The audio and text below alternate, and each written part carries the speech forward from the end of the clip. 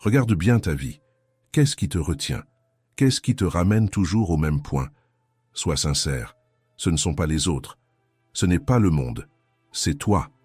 La version de toi qui procrastine, qui sait exactement ce qu'il faut faire, mais ne le fait pas. Qui dit qu'elle va changer, mais qui, le lendemain, trouve une nouvelle excuse.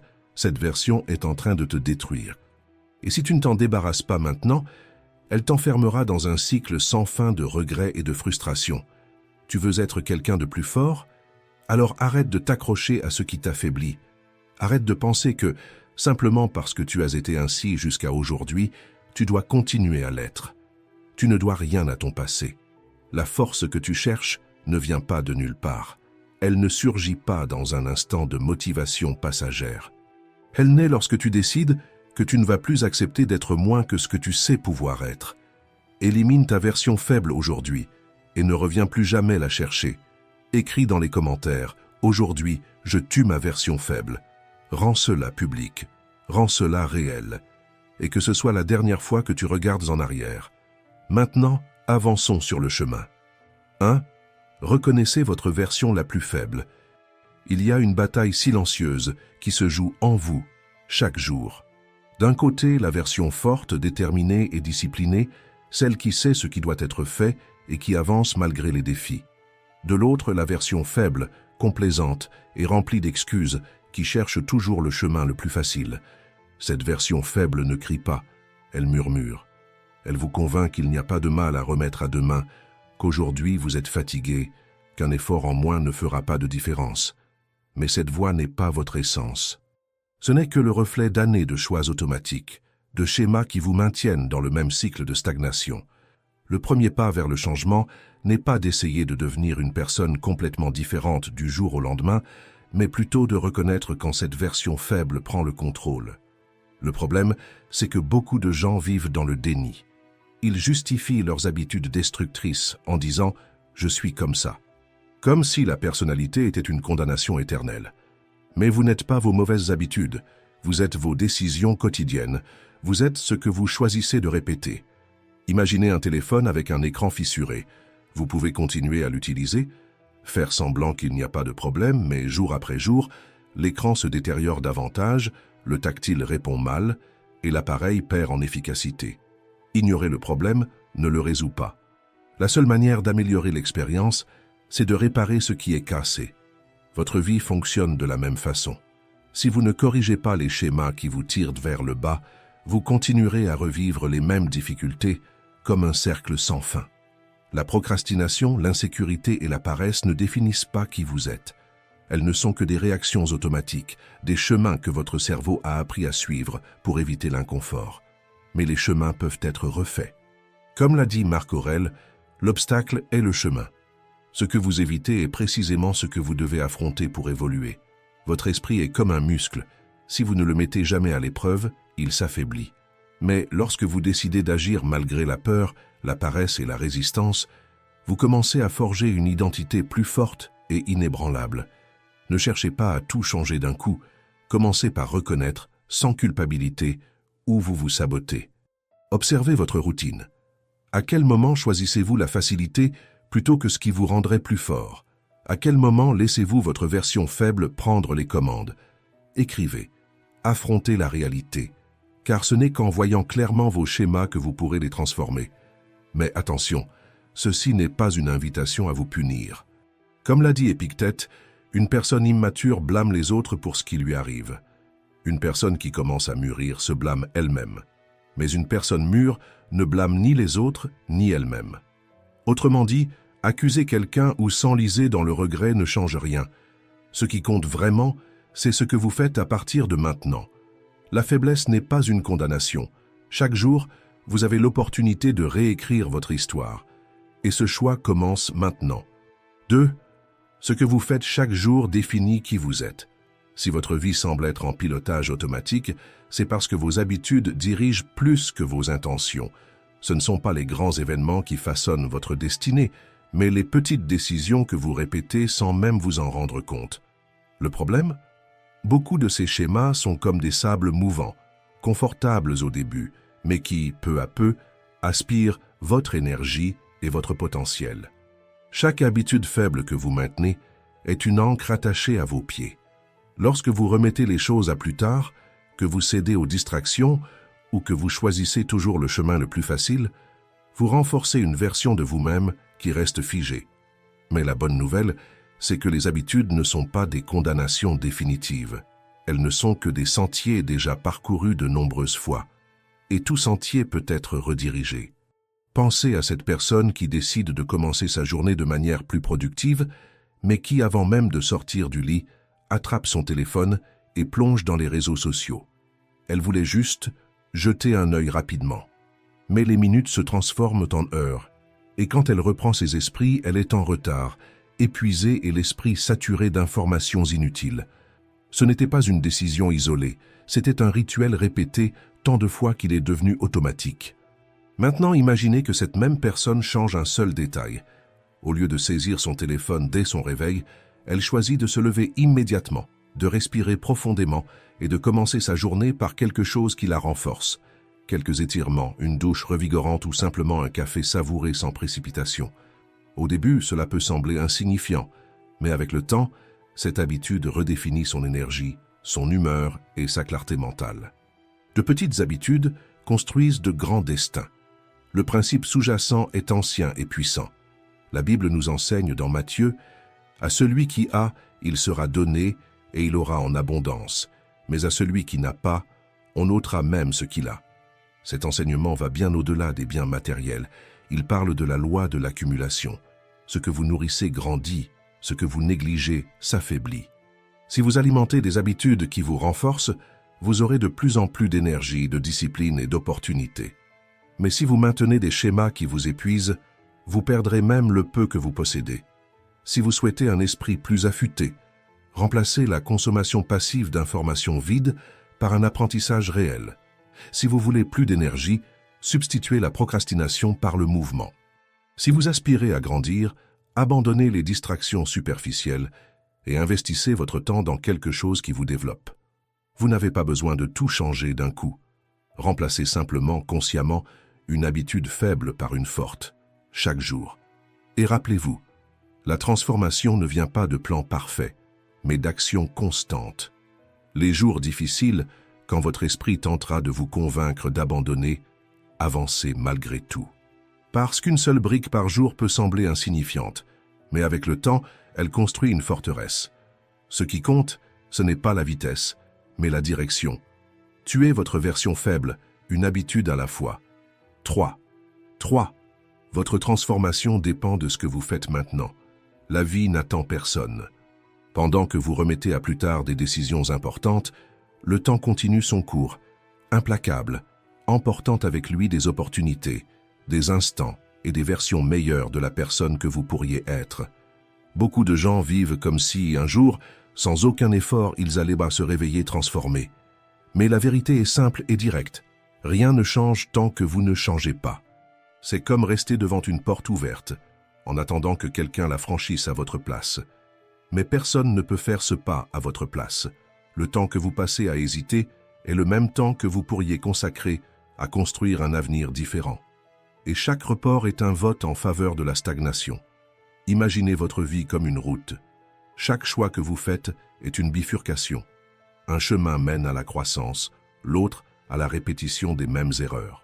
Chaque fois que vous dites « demain je commence », vous choisissez de rester immobile tandis que d'autres avancent.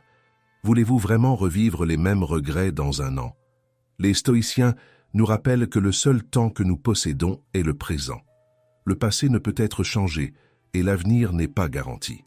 Remettre à plus tard, c'est gaspiller la seule chose qui compte réellement, cet instant. C'est comme avoir faim devant une assiette pleine et refuser de manger en espérant que demain la faim disparaîtra d'elle-même. Et si vous pensez encore ne pas être prêt, demandez-vous combien de temps comptez-vous encore attendre? Si une condition parfaite était nécessaire pour agir, personne n'aurait jamais avancé. Ce qui sépare ceux qui transforment leur vie de ceux qui restent enfermés dans la même réalité, ce n'est ni la chance, ni la motivation, ni le talent. C'est la décision.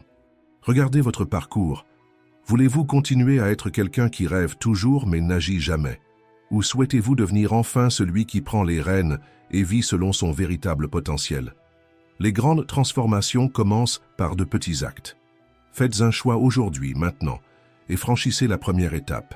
Car chaque jour que vous attendez est un jour de moins pour vivre la vie que vous désirez vraiment. 4. Arrêtez d'être votre pire ennemi. À l'intérieur de vous, il existe une voix qui ne cesse de vous rappeler tout ce qui pourrait mal tourner. Une voix qui ressasse chaque erreur du passé, chaque insécurité, chaque critique que vous avez entendue. Cette voix cherche à vous convaincre que vous n'êtes pas à la hauteur, que cela ne sert à rien d'essayer, car l'échec est déjà certain.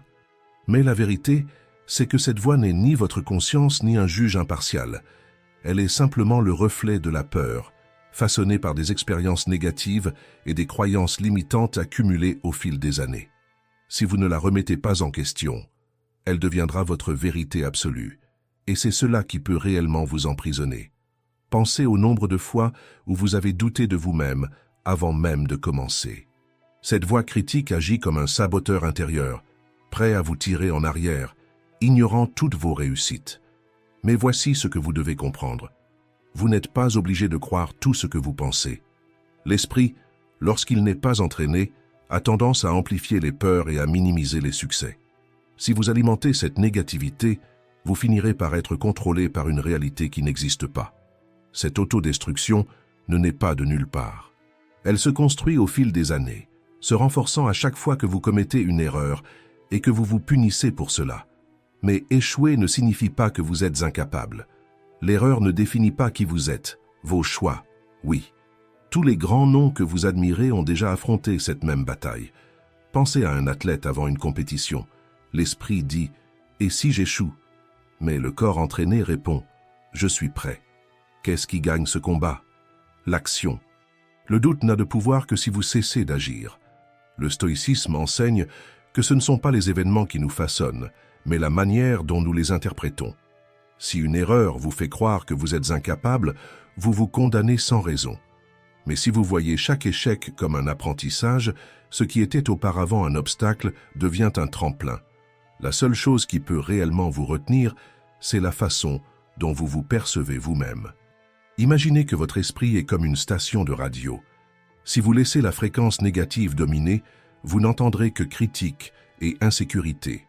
Mais si vous choisissez de changer de fréquence, vous commencerez à entendre la voix de votre propre force, de votre discipline, de votre capacité à vous adapter.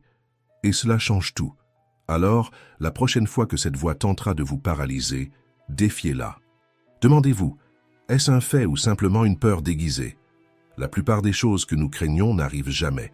Le changement commence lorsque vous décidez de ne plus accepter vos pensées négatives comme des vérités absolues. Vous ne pouvez pas faire taire cette voix complètement, mais vous pouvez l'empêcher de vous contrôler. La réponse ne réside pas dans ce que vous ressentez, mais dans ce que vous faites. Affrontez cette voix par l'action. Chaque fois que vous ignorez la peur et avancez, vous l'affaiblissez. Et ainsi, jour après jour, la version fragile de vous-même disparaît, pour laisser place à quelqu'un de beaucoup plus fort. Et avant de continuer, aimez cette vidéo, laissez un commentaire et abonnez-vous à la chaîne. Ainsi, YouTube pourra recommander ce contenu à d'autres personnes qui ont elles aussi besoin de surmonter leurs barrières intérieures. 5. Arrêtez de plaire. Votre temps vaut plus que cela. Avez-vous déjà pris le temps de réfléchir au nombre de fois où vous avez été poussé à accepter des engagements que vous n'avez pas choisis, de petits services, des invitations non désirées, des responsabilités qui n'étaient pas les vôtres, et à la fin, vous vous retrouvez accablé sans temps pour ce qui compte vraiment. La vérité est brutale. Si vous ne fixez pas de limites, le monde n'aura aucun problème à consommer chaque minute de votre vie. À chaque « oui » prononcé par peur de déplaire, vous dites « non » à vos propres objectifs. Beaucoup de personnes vivent prisonnières de ce besoin d'acceptation, évitant les conflits et accumulant des tâches qui épuisent leur énergie. Mais voici quelque chose que peu comprennent. Votre vie n'est pas une scène destinée à satisfaire un public étranger. Imaginez que votre temps est un petit appartement. Au début, tout est organisé et chaque objet a une utilité. Mais peu à peu, les visiteurs commencent à laisser des affaires un peu partout. Un ami vous demande une faveur qui ne vous concerne pas. Un membre de votre famille déverse des problèmes que vous ne pouvez pas résoudre. Un collègue insiste pour organiser une réunion inutile. Sans vous en rendre compte, votre espace est encombré d'objets qui ne vous appartiennent pas. Et maintenant, ce qui est vraiment important n'y trouve plus sa place. Dire non n'est pas de l'égoïsme, c'est savoir gérer son énergie avec sagesse. Pensez à votre attention comme à un coffre-fort. Si vous le laissez ouvert pour que n'importe qui prenne ce qu'il veut, il sera vide en un rien de temps. Les stoïciens nous ont appris que nous devons nous concentrer sur ce qui est sous notre contrôle, et votre temps en fait partie. Marc Aurèle posait une question simple mais puissante. Est-ce essentiel? Si la réponse est non, alors pourquoi continuez-vous à accepter? Être sélectif avec son temps n'est pas un manque d'empathie, c'est une stratégie. La vie est bien trop courte pour se perdre dans des distractions et des interactions vides de sens. Si vous ne valorisez pas votre temps, personne ne le fera à votre place. Apprendre à dire non sans culpabilité est un acte de respect envers soi-même et l'une des plus grandes formes de liberté que vous puissiez conquérir. 6. Vous êtes prisonnier d'une vie ordinaire sans même vous en rendre compte. La médiocrité ne se présente pas en annonçant son arrivée. Elle ne frappe pas à la porte, elle ne crie pas, elle ne fait pas de bruit. Elle s'installe en silence, déguisée en routine, en confort, en justifications qui semblent logiques, mais qui au fond ne sont que des excuses. Vous vous habituez au minimum, au prévisible, et peu à peu, vous perdez la capacité de rêver, d'oser, de vous transformer. Sans le savoir, vous êtes en train de mourir à petit feu. Ce qui sépare une existence épanouie d'une vie médiocre, ce n'est ni le talent, ni la chance, ni les circonstances. C'est le refus d'accepter un destin ordinaire. Mais accepter la médiocrité est facile. Elle est séduisante parce qu'elle ne demande aucun effort, n'exige aucun changement, n'entraîne aucun inconfort. Il suffit simplement de se résigner, de faire le strict nécessaire pour survivre, pas pour vivre. Peut-être avez-vous déjà ressenti cette agitation intérieure, cette voix qui murmure « Je pourrais être plus ». Mais les jours passent et rien ne change. Vous répétez les mêmes actions, racontez les mêmes histoires, vous cachez derrière les mêmes peurs. Et sans le savoir, vous devenez prisonnier de vous-même. Un oiseau né en captivité, incapable de savoir quoi faire de sa liberté. Les stoïciens enseignaient que l'excellence n'est pas un don réservé à quelques privilégiés, c'est une pratique, une décision que l'on prend chaque jour. Et cette décision commence par une question brutalement honnête. Où suis-je en train de me trahir? Dans mon travail, où je me contente du minimum? Dans mes relations, où j'accepte des liens vides de sens? Dans mon esprit, où je nourris des pensées qui me sabotent? Rompre avec la médiocrité, ce n'est pas attendre une inspiration soudaine ou un retournement miraculeux. C'est se rebeller contre le conformisme, ici et maintenant. Parce que chaque fois que vous choisissez la facilité, vous renforcez cette prison invisible. Chaque fois que vous repoussez le changement, vous vous enterrez un peu plus profondément dans cette vie que vous prétendez détester. N'attendez pas que la vie vous secoue. N'attendez pas que la douleur vous force à bouger. Choisissez l'inconfort de la transformation avant qu'il ne soit trop tard. La médiocrité ne résiste pas à l'action, mais l'action doit venir de vous. Et elle doit commencer maintenant. 7. Discipline. La seule chose qui peut changer votre vie à jamais. La plupart des gens croient qu'ils doivent ressentir l'envie d'agir, mais c'est l'un des plus grands pièges qui existent. La motivation est comme un feu faible. Parfois elle brûle haut, d'autres fois elle s'éteint sans prévenir. Si vous dépendez de ce feu instable pour avancer dans la vie, vous resterez piégé dans des cycles de haut et de bas, sans constance, sans progrès réel. Mais il existe quelque chose qui ne faillit jamais, qui résiste à toutes les adversités et qui vous mène là où vous voulez aller, la discipline. Si vous attendez le moment parfait ou le jour où tout vous semblera facile, rien ne changera. Le monde ne récompense pas les intentions, seulement les actions. Un médecin qui ne soigne ses patients que lorsqu'il en a envie ne sauve pas de vie. Un écrivain qui n'écrit que lorsqu'il est inspiré ne termine jamais son livre. Il en va de même pour toute grande réalisation. Le secret ne réside pas dans l'envie de faire, mais dans l'engagement à faire, indépendamment de ce que vous ressentez. Les stoïciens comprenaient que la grandeur ne vient pas de sentiments passagers, mais de la capacité à agir au-delà d'eux. Marc Aurèle n'a pas dirigé un empire parce qu'il était toujours motivé, mais parce qu'il savait que son devoir était plus grand que ses émotions du moment. Il comprenait que la discipline est le seul pont entre ce que vous êtes et ce que vous pouvez devenir. Au moment où le doute surgit, ne réfléchissez pas trop. L'esprit cherchera toujours à vous tromper avec des excuses. Je commencerai demain. Aujourd'hui, je suis fatigué. Encore 5 minutes. Mais si, dès l'instant où l'hésitation apparaît, vous agissez simplement, vous aurez gagné la bataille. Vous n'avez pas besoin d'en avoir envie. Vous n'avez pas besoin d'aimer cela. Vous avez juste besoin de le faire. Et voici une vérité que peu comprennent. La discipline n'est pas un fardeau, c'est un acte d'amour envers soi-même. Marc Aurèle disait que celui qui manque de discipline ne se respecte pas, car il accepte de vivre bien en deçà de son potentiel. Alors posez-vous la question, vous respectez-vous suffisamment pour faire ce qui doit être fait? Si la réponse est oui, alors cessez de négocier avec vous-même et agissez. 8. L'attention est un pouvoir. Coupez le bruit et évoluez. Vous n'avez pas perdu votre journée, on vous l'a volée. Mais le voleur n'a pas forcé votre porte, ni laissé de traces visibles. Il est venu déguisé en notifications, en vidéos courtes, en messages sans importance et en un fil d'actualités infinies rempli de contenus qui ne vous apportent rien. Vous ouvrez votre téléphone juste pour 1 minute et avant même de vous en rendre compte, des heures se sont écoulées. Le temps vous file entre les doigts comme du sable et ce qui compte vraiment reste intact, oublié au bas de votre liste de priorités. Ce n'est pas une simple erreur d'organisation. C'est un système conçu pour vous garder distrait. Les réseaux sociaux, les plateformes de divertissement et même les emails sont conçus pour capturer votre attention et vous empêcher de l'utiliser à des fins productives. Si vous ne reprenez pas le contrôle, vous finirez par vivre en pilote automatique, prisonnier des algorithmes qui décident où doit se porter votre regard. Mais le problème des distractions ne réside pas seulement dans le temps qu'elles vous volent, c'est aussi dans tout ce qu'elles vous empêchent de bâtir. Votre potentiel s'évapore en petites doses de dopamine, en récompenses instantanées qui vous éloignent de ce qui pourrait réellement transformer votre vie. Imaginez que votre esprit est un petit placard. Si vous le remplissez d'objets inutiles, il ne restera plus de place pour ce qui a vraiment de la valeur. Les stoïciens nous mettaient déjà en garde à ce sujet. Épictète disait que la véritable liberté ne réside pas dans le fait de pouvoir tout faire, mais dans la capacité à choisir où porter son attention. Si vous avez l'impression d'être constamment occupé sans jamais avancer, le problème ne vient pas d'un manque de temps, mais d'un excès de distraction. Observez votre routine avec honnêteté. Combien de votre journée a réellement été productive? Combien de temps avez-vous perdu à consommer des contenus sans importance? Demandez-vous, est-ce que cela me renforce ou est-ce que cela me détourne de la vie que je veux construire?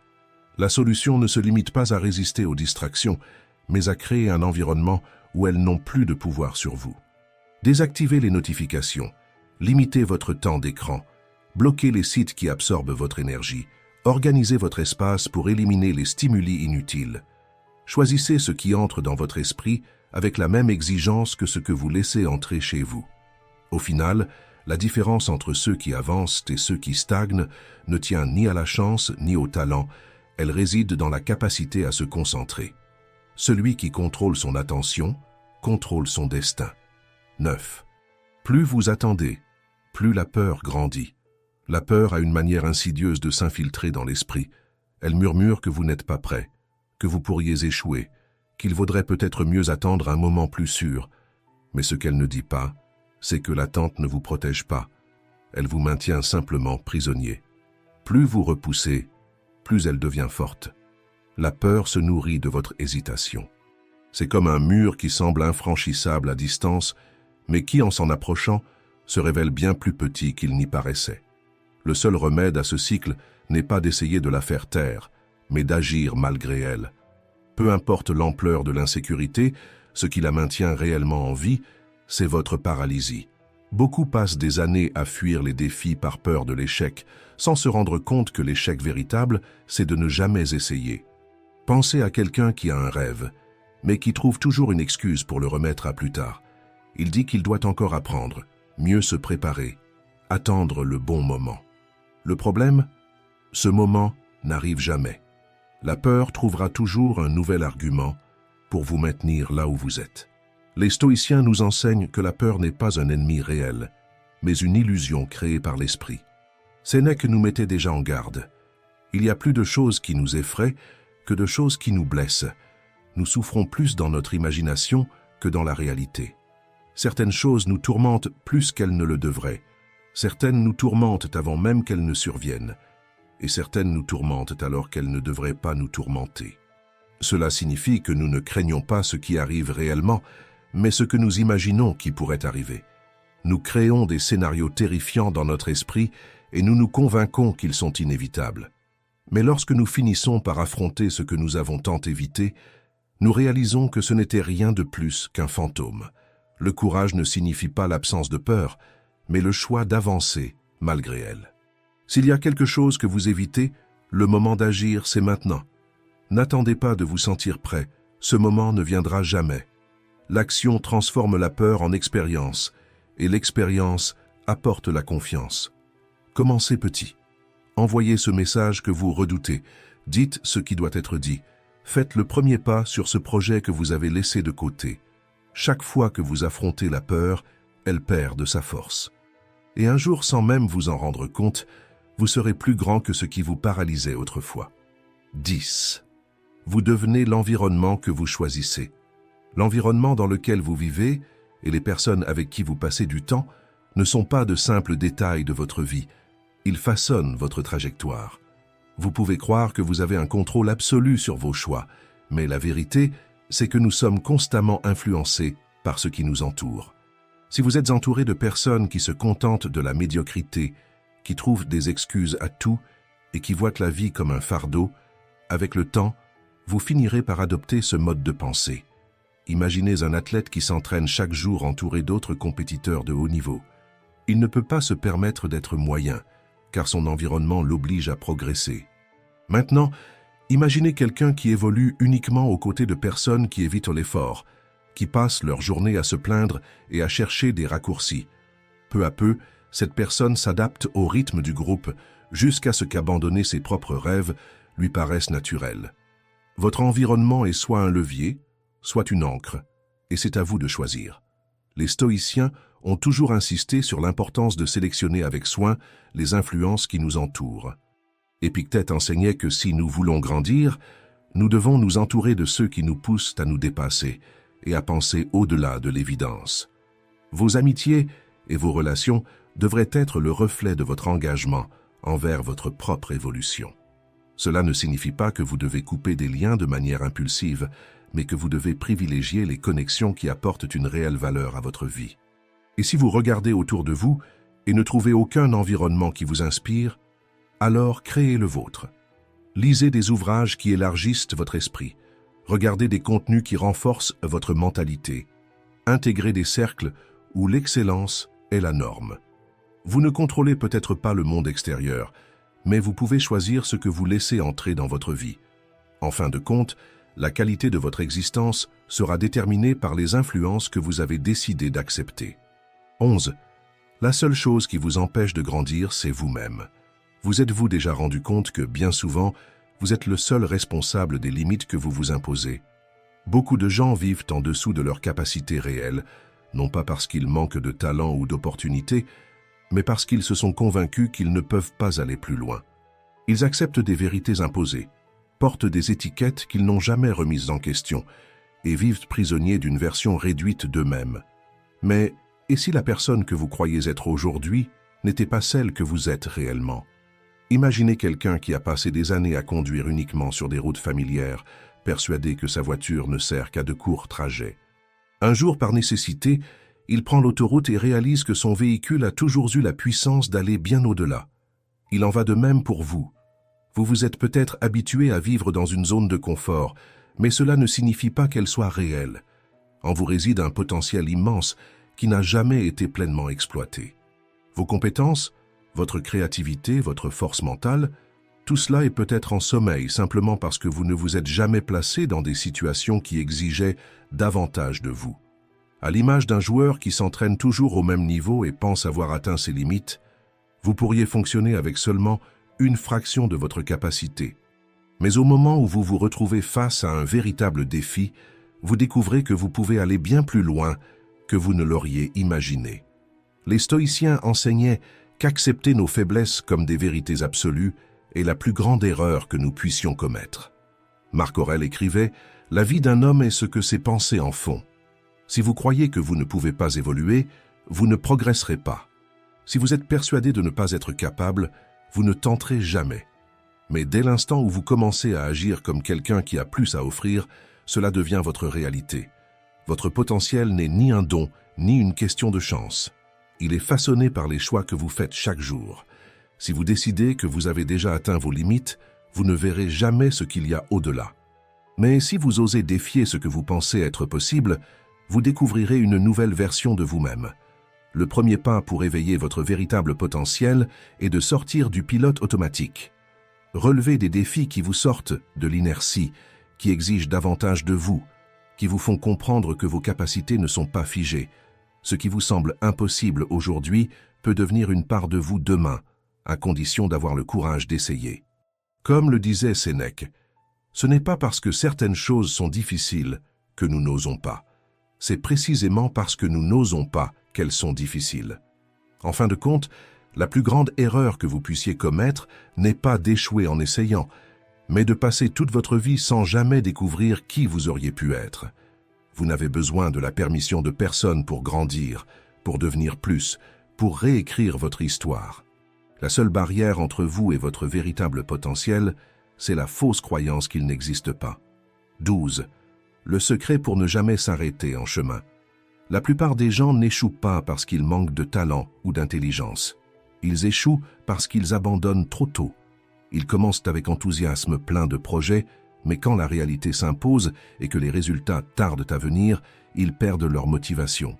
Ils veulent la récompense avant la discipline. Le problème ? Le succès ne repose pas sur des explosions d'énergie, mais sur la constance de ceux qui font ce qui doit être fait, même les jours difficiles. Maîtriser la constance, c'est comprendre que le progrès ne se fait pas d'un seul coup, mais de manière cumulative. Il ne sert à rien de tout donner pendant une semaine puis de disparaître. La véritable croissance se produit lorsque vous maintenez le rythme, quels que soient les obstacles. C'est comme construire un immeuble. Chaque jour est une brique. Et même si la structure semble invisible au début, le résultat devient indéniable pour celui qui persiste. La plus grande erreur des gens, c'est de croire que si les résultats ne sont pas immédiats, alors rien ne se passe. Mais la vérité, c'est que la transformation commence dans l'invisible. L'athlète qui domine son sport aujourd'hui a d'abord échoué plus souvent qu'il n'a réussi. L'entrepreneur qui connaît le succès aujourd'hui a traversé des mois, voire des années sans bénéfice. L'écrivain qui vend aujourd'hui des milliers de livres a d'abord écrit des pages que personne ne lisait. La différence ? Aucun d'eux ne s'est arrêté en chemin. Si vous voulez changer votre vie, comprenez ceci. Ce qui vous sépare de votre objectif, ce n'est pas un grand saut, mais votre capacité à continuer, jour après jour. Peu importe si aujourd'hui vous avez l'impression que rien n'a changé, l'important, c'est de ne pas vous arrêter. Le progrès invisible d'aujourd'hui est la réussite inévitable de demain, et merci d'avoir regardé.